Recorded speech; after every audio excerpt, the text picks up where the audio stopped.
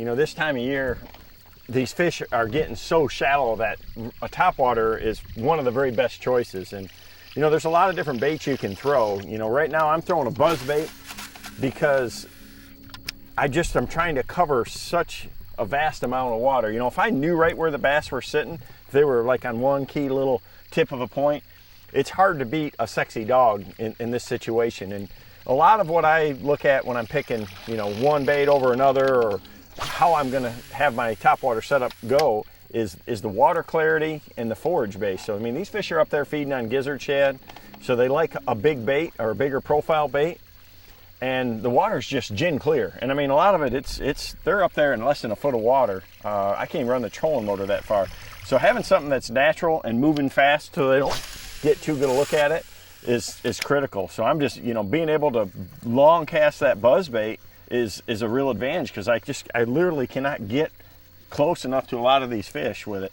And I'm trying to cover a lot of water. I don't know exactly where they're at. Now, if I was fishing where they were related to an isolated target, you know, like maybe there was bushes in the water or clumps of grass, you know, I might throw a KVD splash, you know, a popper. You know, there's something about that popper with a feather tail that is just super attractive to them, you know, and that subtle walking action and the blooping that it makes. I love a popper. It's one of my favorite topwaters. But when you have these vast shallow flats and these fish are just roaming, it's basically just gravel out there.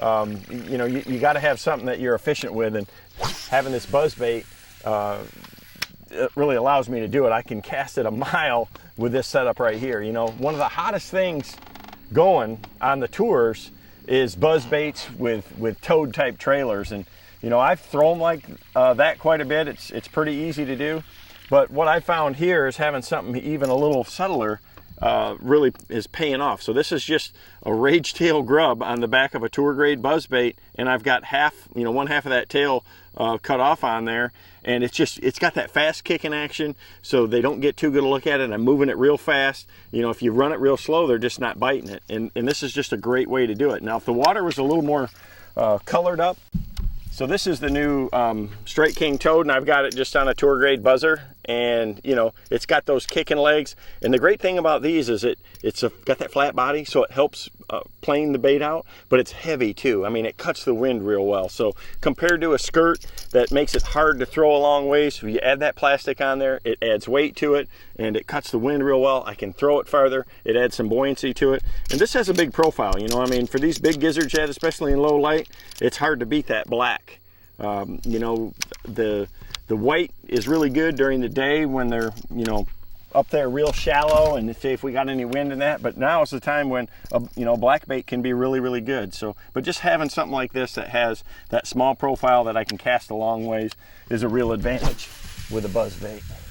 You know, for this, I want a setup that I can cast a long ways. I've got my own signature 7:3-to-1 gear ratio reel, you know, so it makes it easy to cover all this water. I've got on a 7.5 foot medium heavy action rod, and I'm throwing it with 20-pound test fluorocarbon line. So it's a setup that I can cast a long ways. You know, it's a 3/8 ounce tour grade buzzbait, and I've just got that menace grub on there, or half of a menace grub, and it just allows for a really good distance and, you know, a pretty fast pace on your retrieve. Typically, when I'm throwing a buzzbait, especially around targets, you know, in stained water, you're throwing it around grass or pads or stumps or bushes or something like that.